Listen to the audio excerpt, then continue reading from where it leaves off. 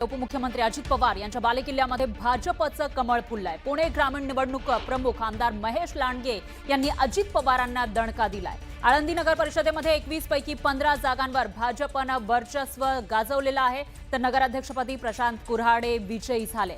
पुणे ग्रामीणमध्ये भाजपच्या विजयाचे शिल्पकार आमदार महेश लांडगे ठरलेले आहेत, तर पुणे ग्रामीणमध्ये एक प्रकारे राष्ट्रवादीला हा धक्का मानला जातोय। संत श्रेष्ठ श्री ज्ञानेश्वर महाराज यांच्या या संत भूमीमध्ये आळंदी नगर परिषदेची निवडणूक संपन्न झाली आणि आज निकालही लागला।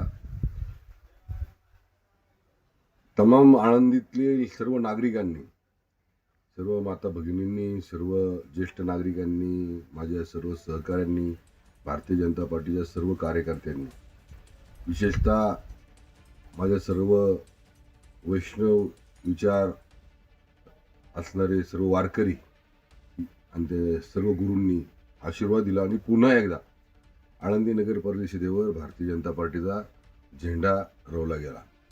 अर्थात मागच्या 5 वर्षामध्ये 2017 पासून आम्ही आळंदी नगर परिषदेतील सर्व ज्या काही समस्या त्याच्यावर काम केलं। आमचे नगर अध्यक्ष असतील, नगरसेवक असतील, सगळ्यांनी।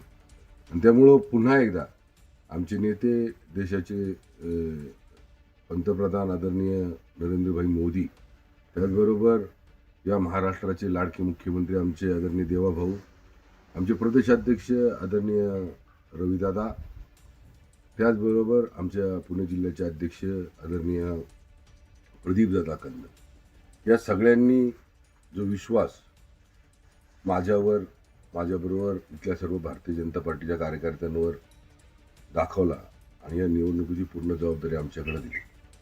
त्यामुळे या निवडणुकीमध्ये आम्ही सर्वजण मिळून या सगळ्यांच्या मार्गदर्शनाखाली आम्ही ही महानगरपालिका पुन्हा एकदा भारतीय जनता पार्टीच्या हातात आणली।